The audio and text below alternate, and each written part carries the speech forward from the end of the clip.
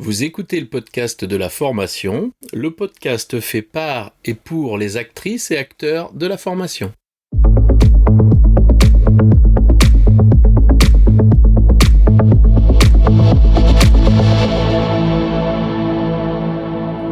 Bonjour et bienvenue. Je suis ravi de vous recevoir sur le podcast de la formation, dédié aux formatrices qui souhaitent profiter de retours d'expériences terrain qui fonctionnent et de stratégies détaillées étape par étape. Chaque épisode vous permet de mettre en place des actions immédiates et d'obtenir des résultats efficaces et concrets. Bonjour, aujourd'hui sur le podcast de la formation, je reçois Jacques Rodet. Jacques, peux-tu te présenter ? Oui, bien sûr, Laurent. Bonjour. Bonsoir. Donc, je m'appelle Jacques Rodet. J'ai 62 ans, donc pas très loin de la fin de ma vie professionnelle. Ça fait 35 ans que j'évolue dans le cercle de la formation professionnelle et un peu plus de 25 ans que je me suis intéressé à la formation à distance. Alors, j'ai occupé de nombreux postes en formation, bien sûr formateur, mais aussi responsable pédagogique, directeur de centre, concepteur, consultant aussi. Euh, et actuellement, je travaille au Centre national de la fonction publique territoriale, le CNFPT, qui forme tous les agents territoriaux, qui sont très nombreux. Il y a plus de 2 millions d'agents territoriaux en France, et on en forme à peu près 1 million par an. Voilà. Donc là, je m'occupe de recherche et développement en ingénierie pédagogique et tutorale. Eh bien, j'aimerais, si tu es d'accord, que tu nous fasses part d'expériences autour de cette ingénierie tutorale et que tu nous parles un petit peu des bonnes pratiques, de ce qui devrait être motivé auprès des centres de formation pour intégrer cette dimension tutorale dans les apprentissages et dans les dispositifs de formation qu'ils proposent. Oui, bien sûr. Peut-être la première chose qui est à faire, c'est à leur expliquer finalement ce qu'est le tutorat à distance, parce qu'il y a beaucoup d'ignorance sur le sujet, et, euh, et donc leur montrer quelle est la plus-value pédagogique de cette modalité, de cette modalité. Euh, En fait, il y a une constante dans la formation à distance. Depuis les cours par correspondance du 19e siècle, jusqu'aux MOOC qui sont apparus il y a quelques années, chaque fois qu'on ne prévoit pas de dispositif d'accompagnement des apprenants, eh bien, on a des taux d'abandon qui sont très forts, qui peuvent dépasser les 90%. C'est ce qu'on retrouve actuellement dans les MOOC EDX qui communiquent assez régulièrement sur les chiffres. Ils nous disent, au mieux, on a 11%, 12% de personnes qui vont au bout du MOOC, quoi. Euh, donc, cette notion d'abandon chez les apprenants devrait préoccuper, bien évidemment, les institutions, les centres de formation, parce que ça fait pas une très très bonne publicité non plus, quoi. On peut considérer qu'un apprenant qui ne réussit pas une formation à distance, il va quand même hésiter à se réinscrire à une autre formation à distance proposée par le même organisme. Donc peut-être la première chose qui est à faire, c'est de leur expliquer ce qu'est le tutorat. Et là-dessus, souvent, il y a une méconnaissance, voire une ignorance, ou des a priori. Euh, Souvent, les organismes de formation, tout au moins leurs responsables, vont considérer que aider l'apprenant, c'est l'aider à comprendre le contenu de la formation, et donc de répondre à ses questions. Alors bien évidemment, si le rôle du tuteur se limite à cela, ben On peut faire des foires aux questions, on peut utiliser des chatbots et se priver finalement euh, de la présence humaine. Or, celle-ci, elle est essentielle en formation. Euh, la formation, c'est d'abord de l'échange entre des humains, même si cet échange, il est médiatisé, il s'incarne à travers la mise à disposition de ressources, etc. Euh, donc, finalement, euh, leur montrer que les besoins de soutien des apprenants ne se situent pas simplement au niveau de la compréhension du contenu, mais aussi au niveau de leur motivation, au niveau de leur relation avec les pairs, et aussi finalement la manière dont ils se perçoivent comme apprenants. Donc on va parler par opposition au plan cognitif qui renvoie justement au contenu de la formation, on va parler de plan motivationnel, on va parler de plan socio-affectif, on va parler de plan métacognitif. Alors voilà, hein, une première chose déjà que l'on peut faire, mais ça risque quand même d'être insuffisant. Tout simplement parce que lorsqu'un organisme de formation met en place une offre, bien sûr, il peut s'intéresser à la viabilité de cette offre, c'est-à-dire est-ce qu'il y a un besoin sur le marché, etc. Les analyses des publics sont quand même beaucoup plus rares, même si elles sont assez importantes à faire. Et donc finalement, euh, on met plus l'accent sur, en formation à distance, hein, sur la médiatisation des apports et pas tant sur les activités d'apprentissage, les activités d'évaluation formative notamment. Et donc, on ne perçoit pas forcément la nécessité d'avoir une intermédiation humaine. Euh, donc, leur parler de ce que sont les besoins de soutien des apprenants, c'est aussi une autre manière de les sensibiliser finalement au tutorat à distance. Oh, tu Il y a une évoques, chose, pardon, tu évoques dans ton livre justement le fait on sait le coût d'une formation, mais on veut pas aller chercher le coût d'un abandon, le coût ouais, du désamour de l'apprenant pour son parcours. On a quand même aujourd'hui des plateformes où lorsqu'on fait une formation, on va pouvoir laisser un commentaire. Le commentaire, il est lu. On sait que les avis, ça compte beaucoup. Une formation qui a des commentaires négatifs, bah, c'est quand même compliqué. Et c'est vrai que si on déshumanise au profit de l'outil digital, eh ben on perd ce contact et puis ben c'est difficile d'avoir des appuis motivationnels comme tu viens de l'évoquer effectivement. oui, tout à fait. Et donc, il y a un vrai travail à réaliser par les organismes de formation, déjà pour comprendre ce qu'est le tutorat et aussi pour comprendre leurs responsabilités dans la mise en œuvre des dispositifs tutoraux. Parce que dans beaucoup de centres de formation, on va doter un individu de ce pouvoir d'accompagnement des apprenants, sans trop le définir d'ailleurs, euh,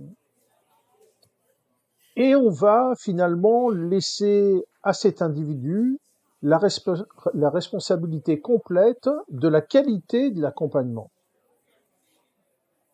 On n'imagine pas que ça se passe comme ça pour une formation, enfin pour les aspects plus pédagogiques. Hein. Bien évidemment, un centre de formation, il a une identité, il a des valeurs, il a des principes, il a des approches pédagogiques. Et quand il fait intervenir un formateur, ben, il va demander à ce formateur de souscrire à tout cela. Mais en matière de tutorat, ben, on dirait que l'organisme de formation n'a pas besoin de définir finalement l'importance qu'il lui accorde, les moyens qu'il lui accorde, les objectifs qu'il fixe au tuteur à distance, et qui peuvent être très nombreux. Et donc, les centres de formation, finalement, se reposent entièrement sur les formateurs. Formateurs, donc, on a dotés de fonctions tutorales. Or, on s'aperçoit que les besoins de soutien des apprenants, eh bien, ils peuvent échapper au périmètre d'intervention d'un formateur. Trouver un formateur qui va être à la fois très bon sur le contenu de la formation, qui va aussi pouvoir dépanner les apprenants sur le plan technique quand ils rencontrent des difficultés, qui va aussi être en mesure d'animer une dynamique de groupe à distance, de régler éventuellement les difficultés rencontrées par les apprenants lors de leurs activités collaboratives, qui va aussi avoir une capacité d'écoute, d'empathie, qu'il va être en mesure d'amener les apprenants à porter un regard réflexif sur eux-mêmes comme apprenants à distance. Bon, trouver tout ça chez un seul et même individu, c'est souvent chercher le mouton à 5 pattes. Et donc, il est bien préférable à ce moment-là, non pas de parler du tuteur au singulier, mais au pluriel. Et donc, d'avoir défini différents profils de tuteurs qui vont avoir des périmètres d'intervention particuliers. Voilà, il peut y avoir un tuteur technique, il peut y avoir un tuteur administratif. Sur les formations longues où il y a plusieurs intervenants qui animent différents modules, il est important d'avoir ce qu'on appelle un tuteur programme, c'est-à-dire une personne qui va suivre l'apprenant tout au long de son parcours, contrairement aux intervenants qui vont ne les suivre que lors de l'animation de leur module. Donc voilà, hein, peut-être déjà s'informer sur le tutorat à distance, définir finalement ce qu'on attend du tutorat à distance, penser aux moyens, et notamment d'abord aux moyens humains, donc en définissant des profils de tuteurs. Ce sont des premières actions qu'un centre de formation peut mener. Est-ce que là, Jacques, c'est un petit peu à travers la charte tutorale qu'on va retrouver tous ces éléments dans la conception de cette charte? Donc, tout à fait. En fait, moi, j'ai modélisé au sein de l'ingénierie tutorale un certain nombre de livrables. Le premier livrable que j'ai nommé le système tutoral vise à définir la stratégie tutorale de l'établissement, notamment en analysant les besoins de soutien des publics cibles. Bien souvent, lorsqu'on a inventorié ces besoins, ils se révèlent très très nombreux et souvent trop nombreux pour être pleinement poursuivis par l'organisme de formation. Donc, il va être amené à les prioriser en quelque sorte. D'accord. Euh, mais c'est aussi dans ce livrable qu'on va définir les profils de tuteurs et qu'on va donc spécifier leur périmètre d'intervention et leur dire, voilà, toi, tu es en charge de poursuivre tel objectif tutoral qui répond à tel besoin de soutien qu'on a inventorié auprès de notre public. Donc ça, c'est le premier livrable. La charte tutorale dont tu parlais tout à l'heure et qu'on peut résumer les droits et les devoirs des tuteurs et des apprenants les uns envers les autres, en fait, on a besoin de faire quelque chose avant de pouvoir l'établir complètement. On a besoin de décrire les interventions tutorales, donc de produire le scénario tutoral. Si on prend le process classique, la conception d'une formation, donc on a tout un tas d'étapes de définition, puis après on passe à la conception pédagogique. Et là, on définit un objectif général, des objectifs pédagogiques, des objectifs opérationnels, et donc on produit un scénario. Eh bien, il faut aussi produire le scénario d'accompagnement. Alors, il y a un certain nombre d'interventions tutorales qu'on va pouvoir retrouver quelle que soit la formation.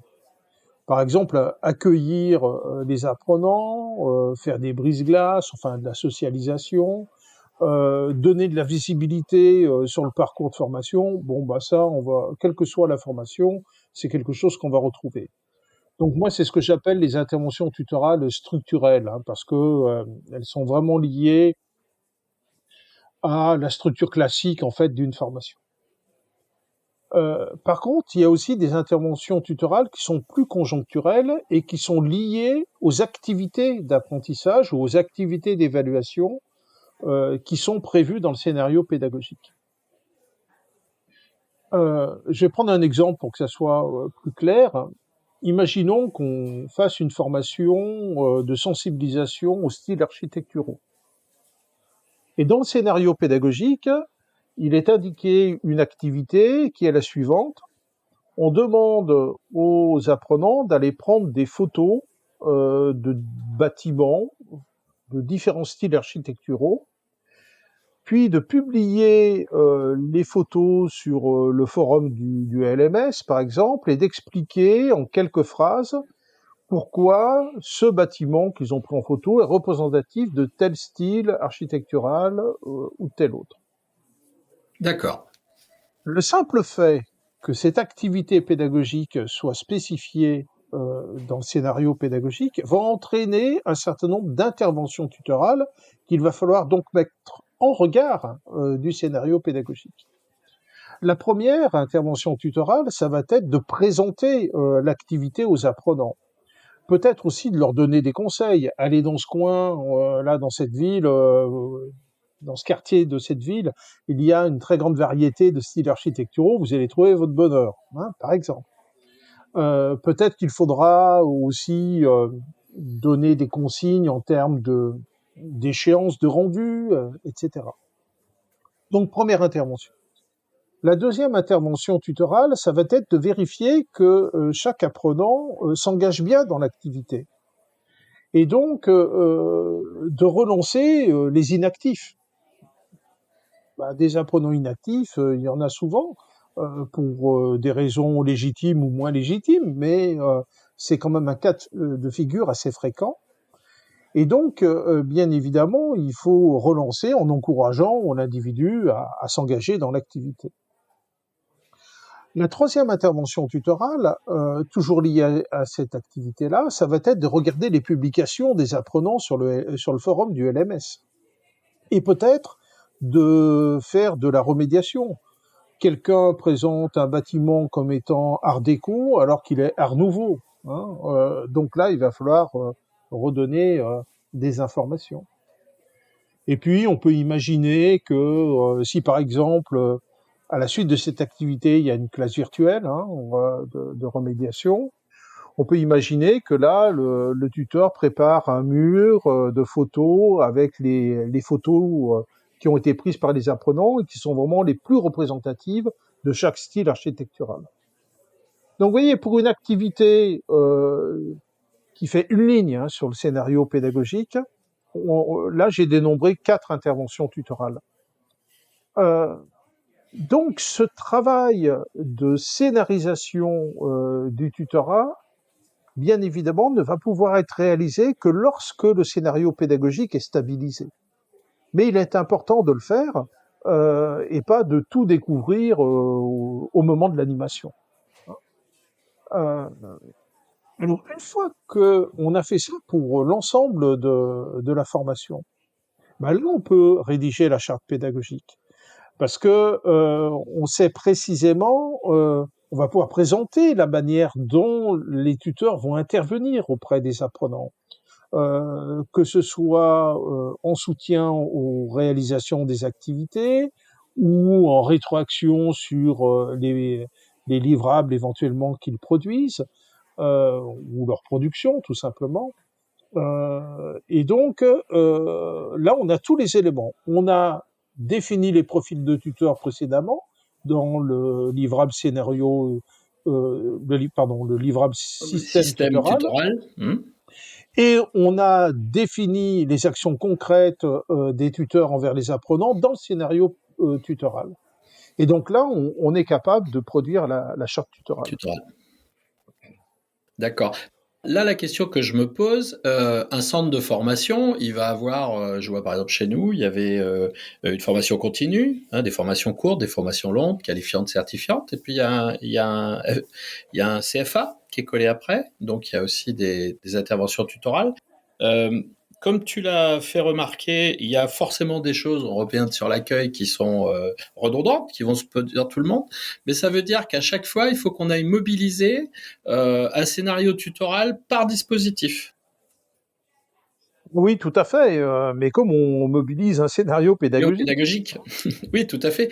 Et quelque chose aussi, souvent, moi, quand je fais des échanges, on a l'impression qu'il y a une différenciation entre la personne du tuteur, la personne physique du tuteur et du formateur. Comme quoi, les éléments tutoraux que tu as évoqués sur l'action de formation et sur l'activité de tout à l'heure, on a l'impression que le formateur initial, le formateur métier, entre guillemets, lui ne va pas être en charge de ça, que c'est un deuxième formateur. Et je crois que ça fait un peu peur aussi aux structures.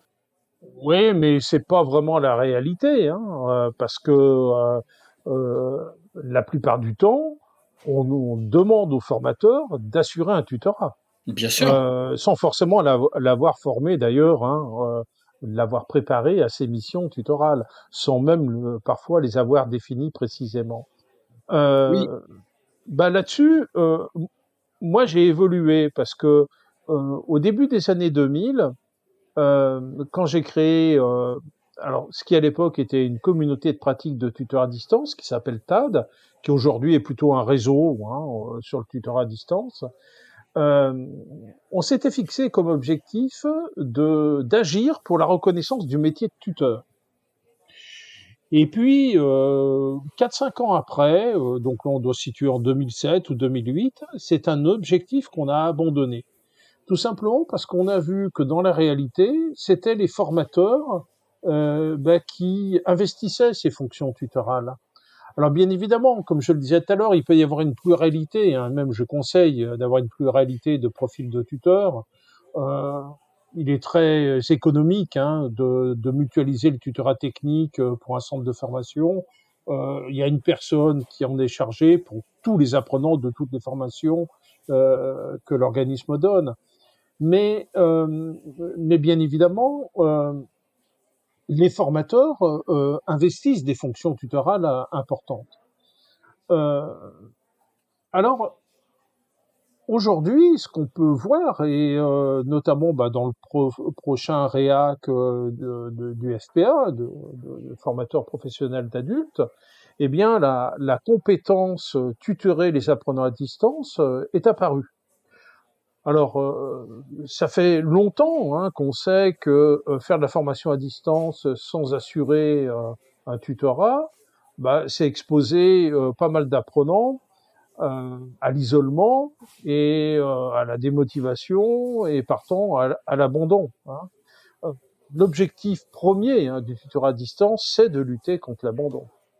Euh, donc, en quelque sorte, cette mise à jour du REAC FPA vient consacrer ce qu'on a pu constater ces 10-15 dernières années sur le terrain, à savoir que c'est bien aux formateurs d'évoluer vers un poste de formateur-tuteur, en fait. Hein. Tout à fait, c'est totalement cette compétence neuve du nouveau REAC ce qu'elle propose. Hein. De toute façon, c'est Tout à fait, oui. la corde à l'arc modélisée et puis là avec des critères de performance qui sont donnés. Alors, je renverrai le lien vers le retour que tu as fait sur cette fiche compétence qui est très complète et qui permet d'avoir une vraie vision et une interprétation relativement fine de ce qui est proposé dans cette fiche compétence. Je mettrai le lien de ce travail que tu as eu la gentillesse de nous partager. Et quand on revient sur les centres de formation, là, inévitablement, la compétence formateur, elle est présente, ils vont en parler, ils vont venir, ils vont y venir, ils vont être sollicités en tout cas pour ça. Moi, aujourd'hui, comment je peux aller rencontrer un centre de formation et lui expliquer et mettre en œuvre, presque l'inciter à mettre en œuvre cette dimension d'ingénierie tutorale, de tutorat à distance. On parle de tutorat à distance. Oui, oui, j'entends bien. Mais Alors, comment je fais moi concrètement là? Qu'est-ce qu'il faudrait que je lui dise là? hmm. Alors pendant très longtemps, moi, je n'ai développé que des arguments pédagogiques en faveur du tutorat à distance. Bon, alors ils sont connus, hein, ils ont fait l'objet de nombreuses études, etc. On sait que on peut, quand je disais tout à l'heure, quand un dispositif sans tutorat peut dépasser les 90% d'abandon, ben on inverse la proportion en mettant du tutorat, hein, et quels que soient les dispositifs. Moi, j'ai mis Oui, en place du tutorat aussi bien dans des digital learning classiques, des FOA, mais aussi dans des MOOC. Et même dans des MOOC, on arrive à, non pas à des taux comparables, hein, mais on arrive à des taux de 50-60% de taux de complétion, hein, tout ouais. simplement parce qu'on on a mis de l'accompagnement. Donc, tu me rappelles ta question parce que Oui, je l'ai oublié. pour moi aller rencontrer le centre là. Ah oui, allez les rencontrer. Voilà. Alors oui, pendant très longtemps, moi j'ai développé uniquement des arguments pédagogiques. Et Hmm. puis, je me suis rendu compte au bout d'un moment que on m'écoutait poliment, hein, il n'y avait pas de souci, on était plutôt d'accord, bon, mais que derrière, il n'y avait rien qui se mettait en place. Et en fait, ce que j'ai compris petit à petit, c'est que mes interlocuteurs, ils étaient préoccupés par la question économique du tutorat à distance. Et que leur première réaction, c'était de dire oui, c'est très bien, mais moi, je fais de la formation à distance pour réduire mes coûts, et là, on me renchérit les coûts avec de la présence humaine. Alors, bien évidemment, il y a un vrai problème parce que le modèle économique de la formation à distance et le modèle économique du tutorat sont inverses. Euh, bon, le modèle économique d'une formation à distance, c'est qu'on va investir dans une plateforme, dans de la conception, dans de la production de ressources. Bon, ben en tous les cas, on sait combien ça nous coûte, hein, bon, 20, 30 KE pour un module. Et puis après, ben, on définit notre prix de vente. Et au bout d'un certain temps, on a recruté suffisamment d'apprenants pour arriver au seuil de rentabilité. Parce qu'il y a très peu de coûts variables hein, dans ce modèle-là. Alors, le modèle économique du tutorat, il est inverse parce qu'il y a quelques coûts fixes, des investissements, notamment en ingénierie tutorale, mais c'est pas énorme. Par contre, il y a beaucoup de coûts variables parce que ça va dépendre du nombre d'apprenants qu'on va confier à un tuteur, ça va dépendre aussi de ce qu'on va demander au tuteur de réaliser, qui va prendre plus ou moins de temps. Ça va aussi dépendre des compétences hein, du tuteur, parce qu'un tuteur novice, il va être moins efficace qu'un tuteur expérimenté. Et donc, les coûts variables, il faut les réintroduire dans le modèle économique global de la formation pour savoir si ça vaut le coup. Alors, c'est une opération un calcul qui est plus compliqué à réaliser. Mais il y a quand même une chose, c'est que si on s'interroge sur le coût du tutorat, on devrait aussi s'interroger sur les bénéfices économiques, hein, financiers, sonnant et trébuchant en quelque sorte, du tutorat aussi. Alors, on peut faire déjà un première remarque, c'est que un apprenant qui abandonne, à moins qu'il ait payé sa formation entièrement au début, il va pas payer toute sa formation. Donc là, il y a une perte sèche.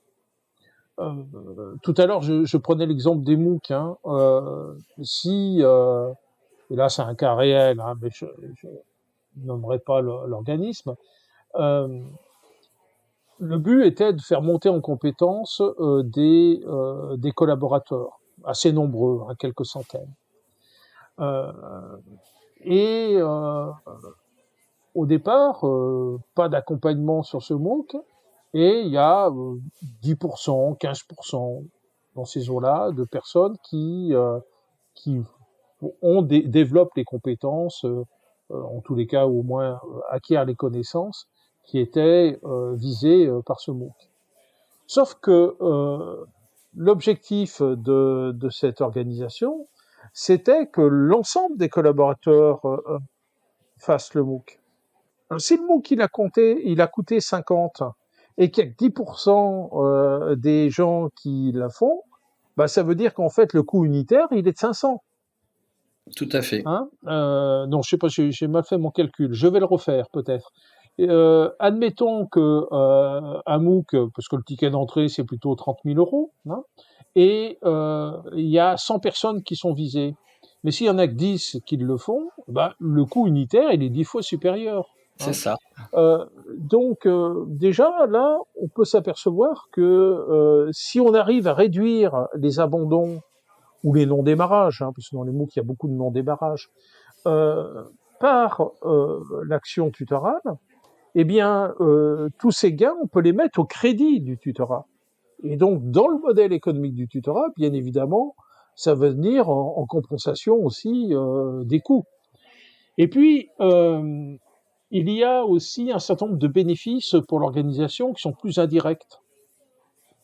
Tout d'abord, un organisme de formation qui est capable de parler de la manière dont il accompagne les apprenants pour les faire réussir, eh bien, lorsqu'un un individu va vouloir choisir une formation, ben, il sera plus enclin à choisir cet organisme-là plutôt qu'un organisme qui reste complètement muet sur l'accompagnement et peut-être qu'il n'en donne pas d'ailleurs, hein, qu'il n'en procure pas. Donc ça devient un argument commercial aussi. Hein. Et puis, je le disais tout à l'heure, un apprenant qui réussit, eh bien, il va être et ça s'est bien passé avec l'organisme de formation, etc., va être tenté de suivre une autre formation. Donc, le tutorat va jouer aussi sur la fidélisation des apprenants. Donc tout ça, ce sont des choses qui sont peut-être difficiles à quantifier, hein, encore que je pense que il y a des experts de chiffres hein, qui arriveraient à le quantifier. Euh, mais ça fait que souvent, quand on met en place du tutorat, ben, c'est aussi rentable économiquement. Et c'est pas du tout la perception qu'ont les organismes de formation. Dans un premier temps, ils voient le coût du formateur en temps, hein, donc en coût horaire, supplémentaire du fait qu'il va réaliser des interventions tutorales. J'ai un petit exemple, moi, qui vient argumenter ça, Jacques. Moi, je forme des formateurs FPA depuis des années, et plus largement des personnes qui interfèrent en ingénierie pédagogique essentiellement. Et pour te donner une idée, j'ai un service de coaching pour les formateurs. Eh bien, c'est venu tout simplement du fait que des formateurs sur des formations FPA dans toute la France, à un moment donné, ont besoin d'être accompagnés. Et moi, je leur ai dit, ben moi, je vous aide à rentrer en formation, à réussir votre parcours et à réussir votre certification. Venez me chercher juste quand vous avez besoin. Il y a énormément de demandes. C'est incroyable. Mais oui. C'est incroyable parce que on a l'impression que les gens sont accompagnés, mais moi, des fois, je leur dis, mais votre formateur, il fait quoi? Et en vérité, le formateur, eh ben, il n'a pas ce rôle de tuteur. Il a juste le rôle de transmettre de la connaissance. Il est là, il va venir parler d'un sujet, mais ok. En gros, ce que les gens me disent, j'aime bien la remarque, c'est bah du coup, je sais pourquoi. Bah maintenant, j'aimerais que tu m'expliques comment.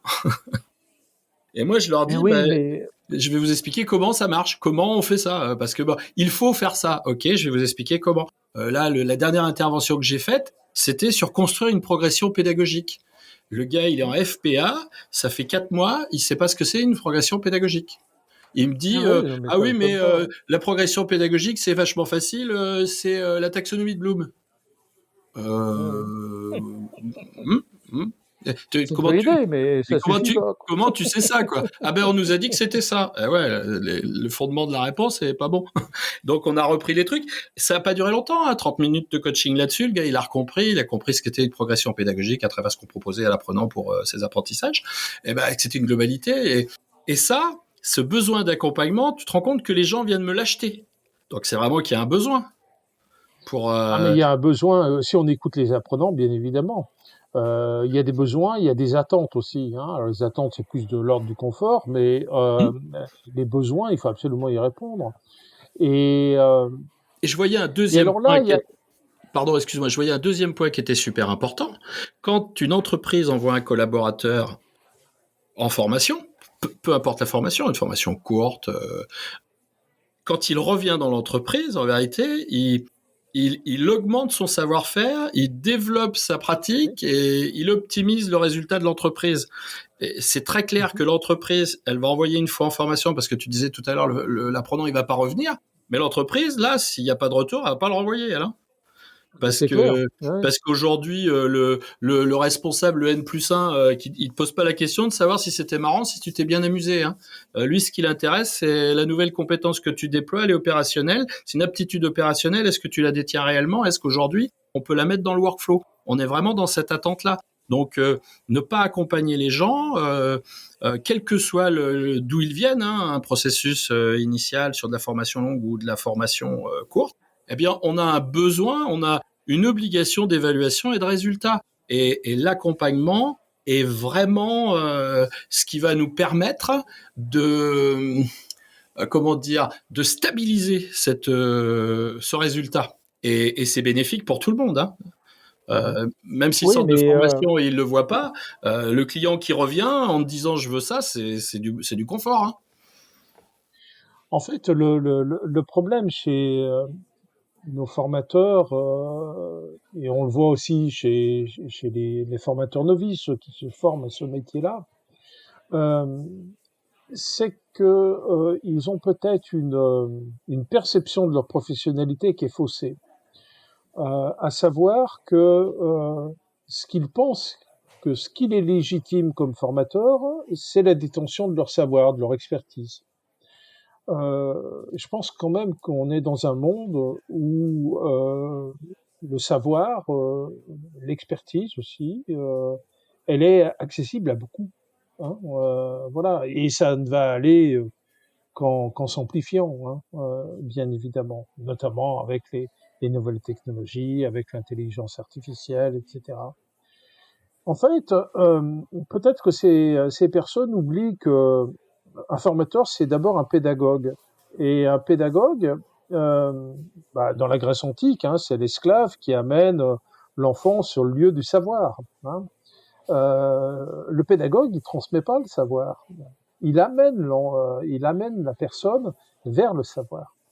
Et, euh, et bien évidemment, en le guidant, en lui évitant les choses trappes, peut-être aussi en échangeant avec lui pour savoir comment il a perçu ce qu'il a découvert auprès, alors soit du maître, soit des ressources, etc. Et donc, tout ça nous renvoie à l'accompagnement. Et donc, la vraie professionnalité d'un formateur, eh bien, elle réside dans sa capacité à accompagner les apprenants.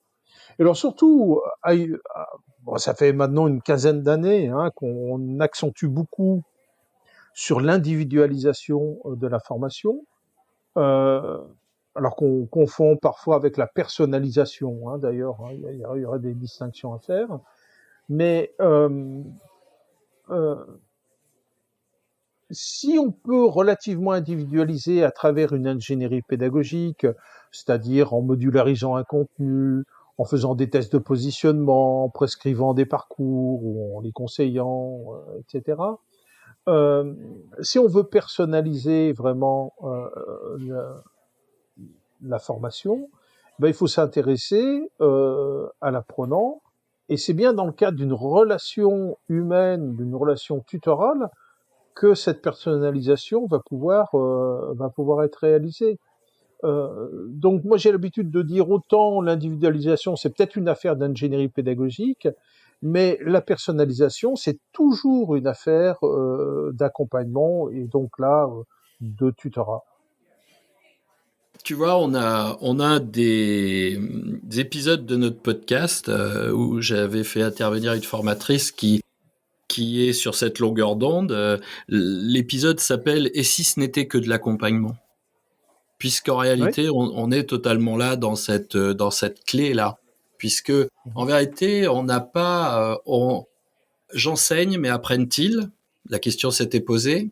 Et du Ouais. coup, moi, en tant que pratiquant formateur, je me suis dit, c'est quand même vachement plus pratique quand ils apprennent que quand j'enseigne. C'est moins fatigant. Parce que quand ils comprennent pas, c'est très compliqué pour moi d'enseigner différemment. Alors que si je pars d'eux et que je les aide à apprendre, eh ben c'est beaucoup plus facile et les résultats escomptés, enfin les résultats obtenus sont bien plus avancés que ceux que j'escomptais moi-même. Donc du coup, c'est très intéressant puisque là, on est vraiment dans la dimension de l'autre. Et Oui, moi j'avais un enseignant québécois à la Téléuniversité du Québec qui avait une sorte de mantra. Hein, il nous disait toujours enseignez moins pour qu'ils apprennent plus. oui, Et bon, il cherchait pas à abdiquer hein, le rôle de l'enseignant, il l'assumait aussi. Mais ce qu'il voulait nous dire par là, c'est qu'il fallait rééquilibrer les temps d'apport avec les temps d'apprentissage, les temps de remédiation sur l'apprentissage, les temps de production, là aussi de feedback sur les productions. Bref, finalement, de réduire peut-être la part des apports pour laisser plus de place à ces autres activités euh, où l'accompagnement, là, est central. Et donc, au début de la pandémie, j'avais j'avais été sollicité, notamment par l'académie de Poitiers, et parce qu'ils savaient pas trop comment faire hein, pour assurer la fameuse continuité pédagogique. Et il faut dire que bien évidemment, les enseignants étaient laissés quand même pas mal à eux-mêmes, quoi. Hein. Et même sur même la scénarisation de la formation, hein, ça leur paraissait quelque chose de vraiment.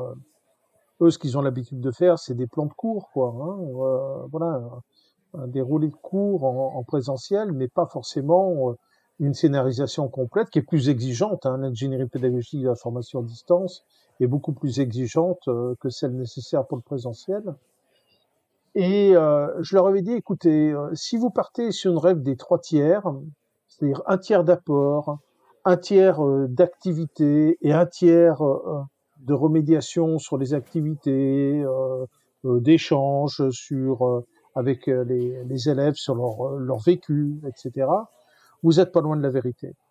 Alors bien évidemment, c'est pas 33, 33, 33 forcément, hein, ça peut varier, mais je pense que à travers cette proposition, ben, je, je concrétisais un peu le mantra de mon prof québécois. et ça me fait penser à une anecdote. Et il y a 2, 3 ans, j'étais avec un groupe de FPA et je sors du cours et je croise mon directeur. Ah, il me dit, ça Ouais. va Laurent, qu'est-ce que tu fais de beau? Eh ben, j'ai dit, écoute, là, je travaille à mon inutilité. Il me dit, Ben je oui. comprends pas. Ben, j'ai dit, tu sais, moi, j'enseigne, plus ils apprennent. Donc, du coup, je laisse faire les choses, je les laisse prendre les choses en main, parce que l'objectif, c'est qu'ils soient autonomes dans leur pratique de formateur. Et donc, du coup, je les autonomise, hein, ce qui est le but de l'accompagnement, les rendre autonomes. Tu vois, ça me refait penser à cette anecdote. Et du coup, ça l'avait fait marrer. Il m'avait dit, ah, tu changeras pas, il m'a dit. Bah, je dis non. Oui, ben c'est tout à fait ça. Moi, je dis souvent quand je forme des futurs tuteurs, je leur dis vous allez travailler au fait que vous ne soyez plus nécessaire. Hein, Ah bah voilà. oui. Euh, bon, alors bien évidemment, ça va dépendre des individus. Puis là, on peut, sans être trop savant, on peut penser à la ZPD hein, de Hum, Vygotsky. oui. Euh, donc, elle se déplace, bien évidemment, euh, au fur et à mesure des acquis des apprenants. Mais c'est ça en fait. Hein, on travaille au fait parce que amener les individus, les apprenants à distance, à exercer leur autonomie, c'est absolument central. C'est un objectif transversal, mais c'est absolument central. Et ça me fait repenser à ce qu'on pouvait entendre au début des années 2000, mais qu'on entend encore malheureusement parfois, hein, que pour faire de la formation à distance, il faut avoir des apprenants autonomes. Euh, oui, mais comme si l'autonomie était une capacité en soi qu'on a ou qu'on n'a pas et qui serait transposable dans n'importe quelle situation. Or, bah, ça c'est faux parce que l'autonomie, elle est toujours relative à une action. Oui. Il est difficile d'être autonome dans une action qu'on réalise pour la première fois. Voilà. Donc, on a besoin de cet accompagnement pour gagner cette autonomie. Et qui plus est, on est obligé de tenir compte du fait que l'apprenant n'est pas une constante, mais que c'est une variable permanente qui va avoir des hauts, des bas, des réussites, des problématiques personnelles, etc., etc. Et au sein d'un même parcours, il va vivre des situations, des états qui vont être totalement différents. Et, on a effectivement là tous les éléments qui rentrent en compte dans la formation. Hein. On a les pairs qui sont là. Bah, si ça se passe bien avec tes pairs, c'est super. Si tu es dans un groupe, ça se passe mal, bah, ça se passe mal. Hein. Moi, j'étais sur le DUDLD et ben nous, on avait un super groupe de 3. Et puis à un moment donné, on a récupéré 2 personnes d'autres groupes où c'était plus possible pour eux. Et on les a on les a repris avec nous pour pas qu'ils volent tout seuls de leurs propres ailes, tu vois. Et on a pas, il y a pas de constante en vérité. Il y a cette capacité à être prêt à anticiper et quelle proposition on va pouvoir faire. C'est ce qui est important, c'est ça. Dans cet accompagnement, il y a pas, c'est pas linéaire quoi, c'est jamais linéaire. Un parcours qui est linéaire, c'est où le gars il vient rien apprendre et puis il vient juste stabiliser ce qu'il sait déjà. Là, ça va peut-être le faire, mais ça c'est 2-3% des gens, hein, c'est dans tout ce qu'on rencontre. Oui, et c'est là où, bah, tout en proposant des modèles d'ingénierie, hein, pédagogique ou tutorale, moi je pense que c'est absolument nécessaire hein, de faire de l'ingénierie.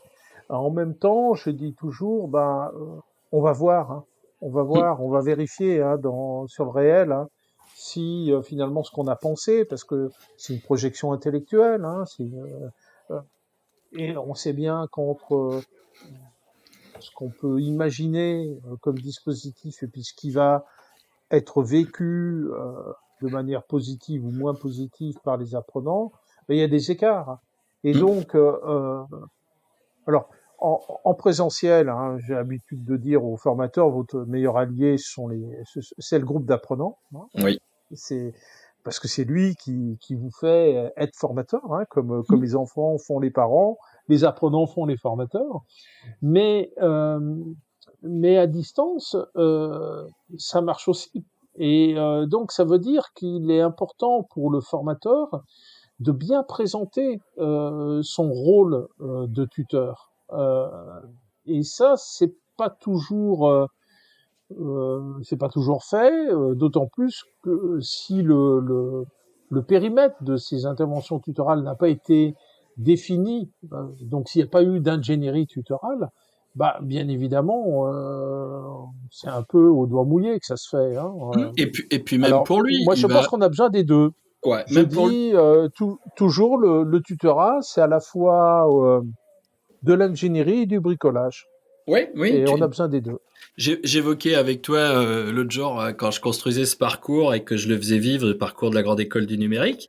La préfète m'avait posé la question, mais Laurent, concrètement, vous faites quoi? Bah, je dis, vous savez, la formation, c'est comme un vol. On part, on fait un voyage, donc tout le monde est monté dans l'avion, puis on a décollé. Et ben moi, mon job, c'est de fabriquer l'avion en plein vol. C'est-à-dire que dans Ah une oui. dimension à la fois agile, à la fois systémique, parce que c'est surtout de la systémie là qu'on vient mobiliser pour voir comment on peut faire, eh ben on est dans cette espèce d'ajustement permanent. Et quand j'essaye de l'enseigner à des FPA, je leur explique que je suis un peu comme devant une table de mixage où ben, je fais des réglages plus ou moins fins. Des fois, je baisse à fond pour voir ce que ça fait, tu sais, vraiment comme des réglages. Et après, ben, on arrive à trouver un état stabilisé hein, qui va marcher, qui est un système équilibré. Et du coup, des fois, c'est très éloigné de la première vision qu'on avait. Hein. Et, Ah oui. et j'ai vu, j'avais vu avec Sylvain Vacarès cette notion de rentrer par l'activité, de proposer des jeux autour de l'activité. Eh bien, moi, j'ai beaucoup intégré mes étudiants et mes formateurs dans la dimension de co-construire les cours. Et du coup, l'engagement était beaucoup plus fort. Les gens comprenaient mieux, se livraient mieux aux apprentissages. Et ça faisait partie, moi, de ma stratégie d'accompagnement, de dire, ben moi, je vais réguler ma place de tuteur, c'est justement cette place où il faut finir, je vais la ramener à votre niveau et on va être sur un niveau d'échange où on concourt tous au même résultat, votre réussite. Et ça m'a apporté beaucoup de plaisir et notamment une réflexion suite à un cours qu'ils avaient préparé. J'avais là un mélange d'infographiste et puis de web designer. Et je me suis dit dans ma tête, c'est super, vous avez appris plus que ce que j'aurais pensé vous enseigner. Et, Oui, et bah là, oui. et là, du coup, on se rend vraiment compte que ce pilotage d'accompagnement est hyper productif en vérité. Plus productif que de vouloir le guider, tu vois. En Oui, tout réalité, à fait. Vas-y. oui, je disais, c'est vraiment cette sensation que j'ai eue. Et cette sensation, ils l'ont ressentie aussi. Ce qui fait que dans ce qu'on appelle la motivation intrinsèque, elle a été très très forte et ça a dégagé aussi beaucoup d'éléments dans ce que moi j'appelle la volition, c'est-à-dire leur capacité à mettre en œuvre pour réussir. Et ça, quand tu as des apprenants qui viennent par eux-mêmes solliciter le parcours de formation, moi je fais ça avec des FPA, ils construisent leur formation eux-mêmes. Quoi. Je construis pas moi. On étudie le référentiel et c'est à eux de construire, c'est à eux de me faire des propositions pédagogiques. J'utilise là les stratégies de Caillez sur la classe renversée, où je leur dis, bah, vous Mhm. allez m'enseigner, vous allez voir. Ils sont un peu perdus au Oui, bien début, sûr. mais je mets plusieurs étapes comme ça au cours du parcours et ça leur donne vraiment les clés du camion. C'est eux qui pilotent le truc. Et c'est des formateurs qu'on forme. Hein. Je veux qu'ils soient autonomes, qu'ils Mhm. pilotent, qu'ils sachent produire. Et cette dimension d'ingénierie, c'est ce qui les rend. Moi, je leur dis, l'ingénierie, ça vous empêchera d'être comme le chien sous la table, d'attendre qu'on vous jette un os à ronger. Vous allez fabriquer votre propre truc, vous serez autonome et vous serez force de proposition. Et c'est comme ça que je leur présente l'ingénierie, moi, dans cette Oui, autonomie-là. alors tu vois, tout à l'heure tu parlais du DLD et de Sylvain Vacarès. Mm. Alors le DLD, c'est l'héritier d'un premier dispositif qui s'appelait le Cofordi. Oui. Et donc avec Sylvain, on avait pensé cette conception. Et comme on n'avait pas beaucoup de possibilités de regroupement présentiel, au début on n'en avait qu'un, euh, on avait musclé le tutorat. Et donc on avait défini un scénario tutoral et on était arrivé à un quantum qui était de 157 heures pour un formateur tuteur qui accompagnait 30 personnes. Mm. Je parle de ça pour montrer l'écart qu'il peut y avoir entre la projection, qui est une scénarisation, et puis la réalité. Euh, alors, la première session, il y avait deux groupes. Euh, et moi, j'ai été tuteur d'un groupe, et puis Allel était le tuteur d'un deuxième groupe. Allel, c'est un tuteur très expérimenté. Ah oui. Et Et donc, on était convenu avec Allel de noter nos temps d'intervention tutorale. Donc, à chaque fois qu'on faisait une intervention tutorale, on notait le temps qu'on y avait passé. Alors que ce soit en classe virtuelle, que ce soit par mail ou intervention sur le forum ou que sais-je quoi. Voilà. On comptabilisait. Et on comptabilisait et on conservait aussi le contenu de nos interventions. Et à la fin de la première session, moi j'étais à 220 heures. Mm. Allel, qui avait un profil un peu plus technique que moi. Et donc, quand on abordait un outil auteur, par exemple, et que je ne savais pas répondre à mes apprenants, ben, je Ou le un renvoyais Moodle. vers Allel. Donc, lui, il était à 250 heures, Allel. Alors, avec Sylvain, quand on a fait le débrief, à la fin de la première session, on a dit, bon, ben, ça peut pas marcher. On est payé 157 heures, on travaille en 220, 250 heures. Bon, ça va pas. Il faut qu'on revoie ça. Et on a revu, et puis on a transigé à 200 heures de travail pour chaque tuteur. Euh, Lors de la seconde session, on a eu 3 groupes. Donc, on a fait intervenir un autre tuteur, lui aussi très expérimenté, Pascal. Oui. Et, C'était mon et donc, on tuteur. avait chacun. Comment? C'était Pascal, ton tuteur? Ouais, Bon, c'était ben, Pascal, mon tuteur. Ouais. voilà. Donc, bon, Pascal, c'est vraiment quelqu'un qui est très, très performant, et pas seulement en matière de tutorat, hein. Et donc, on fait les comptes à nouveau. Moi, je suis à 180 heures. Bon, on va payer 200, ça va, je me rattrape un peu de la première session. Allais, il est à 200 heures pile poil. Et Pascal, il est à 230 heures. Alors, qu'est-ce qu'on peut tirer de tout ça? Bah, d'abord, la première chose, c'est que entre la projection et la réalité, il y a des différences. Ensuite, il y a peut-être aussi le style de chaque tuteur, hein, et la tentation que l'on peut avoir à se surinvestir Oui. vis-à-vis de ses apprenants. Euh, Ce qu'on peut tirer aussi, c'est que finalement, il y a une courbe de progression. Oui, ça on Euh, l'observe. et oui, bien sûr. Alors, typiquement, moi, comme j'avais conservé l'ensemble de mes interventions tutorales, j'avais aussi les réponses que j'avais faites aux questions qui m'avaient été posées. Et d'un groupe à l'autre, bah, les questions sont souvent les mêmes. Donc Oui. là, bah, bien évidemment, j'ai pu réduire mon temps d'intervention de manière forte, ce qui veut donc dire que le tuteur doit se constituer en quelque sorte un répertoire d'intervention tutorale, hein. Il doit pouvoir s'y référer, réutiliser, alors toujours en contextualisant, hein, bien évidemment, mais il y a cette possibilité-là. Euh, et donc, une dernière chose, et là peut-être j'extrapole un peu, mais euh, j'ai testé ChatGPT sur des interventions tutorales. Donc j'ai repris des messages d'étudiants du master MFEG de Rennes, et je lui ai demandé ben, qu'est-ce qu'il faut. Moi je suis tuteur, qu'est-ce que je dois faire? Alors, c'était assez intéressant parce que sur certaines interventions, bah, finalement, il proposait des choses méthodologiques plutôt pas trop mal senties.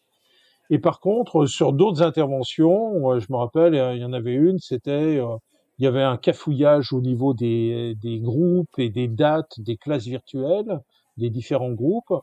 Donc il y avait des choses, des annonces qui avaient été faites qui étaient contradictoires. Et là, bien évidemment, bah, ChatGPT, il n'était pas capable de répondre, hein, Non, voilà. c'est pas possible ça. Ben non, c'est pas possible. Par contre, ce que j'ai remarqué, alors il y a plein de choses, il a plein de limites, hein. Par exemple, il est très affirmatif. On sait que le conditionnel, c'est quand même assez utile aux tuteurs à distance, hein. Oui. Euh, et il y avait quand même je vois quand même un usage intéressant pour les novices, pour les tuteurs novices. Quand on reçoit un message d'un apprenant, il faut l'analyser pour essayer de bien comprendre quelle est sa demande, et peut-être même de dénoter, et ça vient plutôt avec l'expérience, de dénoter l'état d'esprit, hein, de l'apprenant au moment où il a envoyé son message. Mm. Euh, alors, ce que permet ChatGPT, c'est que bah, lui, l'analyse textuelle, il l'a fait. Et donc, il va proposer un certain nombre de choses à faire et qui peuvent servir, il ne s'agit pas de faire un copier-coller, hein, mais qui peuvent servir au tuteur de réflexion sur l'intervention qu'il va réaliser lui. Et donc, de ne pas oublier, lorsqu'il y a des messages un peu complexes, un peu longs, etc., de la part d'apprenants, de ne pas oublier tel ou tel aspect de sa demande. Donc, voilà. Je pense que les tuteurs, on a besoin d'être outillés, hein, on a besoin d'être outillés, et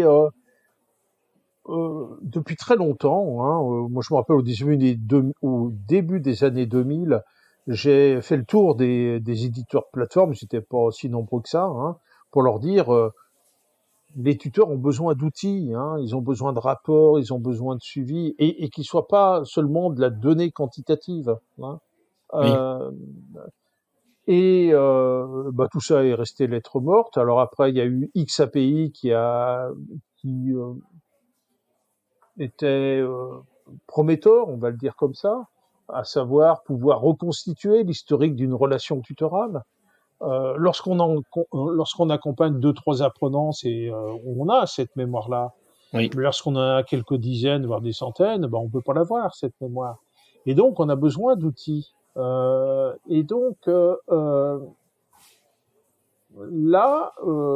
pour l'instant, il faut bien constater que les tuteurs, ils se fabriquent leurs propres outils, hein, de suivi, hein, de conservation de leurs interventions, de, de, de l'échange, des échanges qu'ils ont eus avec chaque apprenant, chaque groupe, chaque sous-groupe, etc. Et donc, il y a certainement là, à travers justement les promesses que fait l'intelligence artificielle, des pistes qui peuvent être intéressantes pour le tutorat. Mais je pense que, donc, en quelque sorte, arriver à une cobotique tutorale, hein, c'est-à-dire une association de l'intelligence artificielle avec les tuteurs humains, en posant quelques principes, hein, quand même. Hein, c'est que bien évidemment l'intelligence artificielle ne va pas pouvoir, après avoir diagnostiqué, et c'est surtout pour ça qu'elle va être utile, elle ne va pas pouvoir déclencher elle-même une intervention humaine. Hein. Ça me semble assez important. Ce qui est important aussi, c'est que les tuteurs ils puissent participer au paramétrage des algorithmes, hein, qui sous-tend l'intelligence artificielle. Et donc, il y a certainement là des voies pour le futur, en tous les cas, pour un accompagnement de meilleure qualité. Il est aussi évident que si sur le soutien technique, sur le soutien purement cognitif, on peut déléguer une part de tâches à l'intelligence artificielle, ou en tous les cas faciliter que l'intelligence artificielle facilite le travail des tuteurs, eh bien, ce temps gagné, il faut absolument le réinvestir Investir.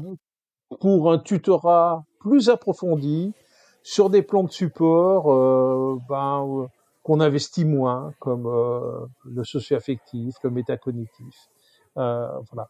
Hein, Aujourd'hui, tu vois, j'ai changé sur ChatGPT parce que tu sais, tout le monde est dessus en ce moment. oui, bah Et oui, j'ai un formateur qui dit ah ouais, te rends pas compte, là c'est fini, machin. Je dis écoute, je vais te donner un exemple. Chaque fois que tu montes dans un avion de ligne, le pilote et le copilote sont incapables de faire voler l'avion. C'est parce qu'il y a une assistance d'intelligence artificielle qui va analyser les paramètres sans arrêt, qui leur permet, eux, de prendre les bonnes décisions. Donc j'ai dit oui, aujourd'hui, tu es dans le même contexte, sauf que c'est plus dans un cockpit d'avion, c'est dans ta vie de tous les jours, puisque c'est devant ton c'est ordinateur. ça. Et tu es condamné à être intelligent face à la proposition qu'on te fait. Et aujourd'hui, moi, pour l'usage que j'en ai, c'est la capacité de montrer des problématiques sous différents axes. C'est-à-dire que je vais lui poser une question, je vais lui poser un problème, et je lui dis, écoute, essaye de me le résoudre dans cette dimension, et à la fin, quand je lui donne deux, trois exemples, je lui dis, trouve maintenant une autre dimension dans laquelle on pourrait le résoudre. Et là, ça devient intéressant. Mmh. Donc, je crois qu'il va falloir qu'on forme les gens à faire du prompt, tu sais, à écrire ce message ChatGPT. C'est un prochain objectif de formation, ça.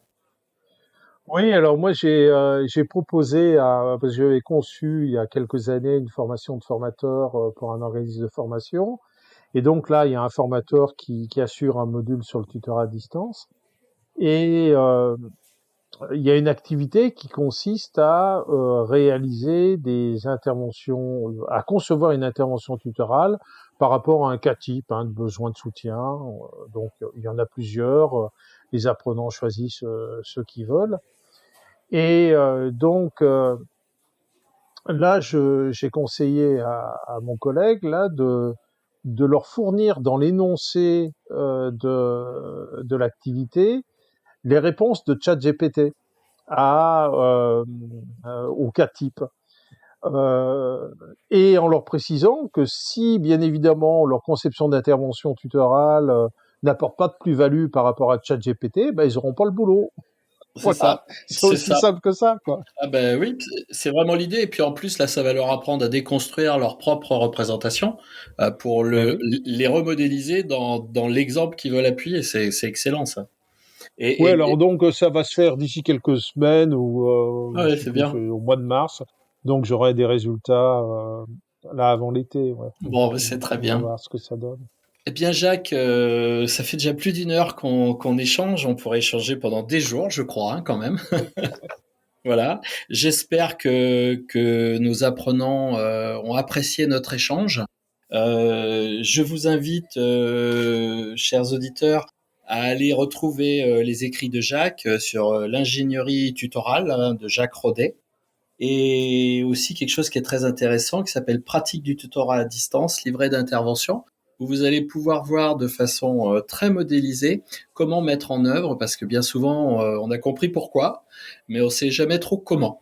Alors là, vous allez pouvoir regarder avec cette littérature qui est très d'actualité, monter vos compétences, vous formateurs qui entre guillemets n'avez pas eu ces apports initiaux, venez les chercher là, échanger entre vous. Écoutez, je vous souhaite de bien belles interventions tutorales. Jacques, je te remercie. Merci Laurent. C'était très agréable. Et bien écoutez, à très bientôt pour un nouvel épisode du podcast de la formation.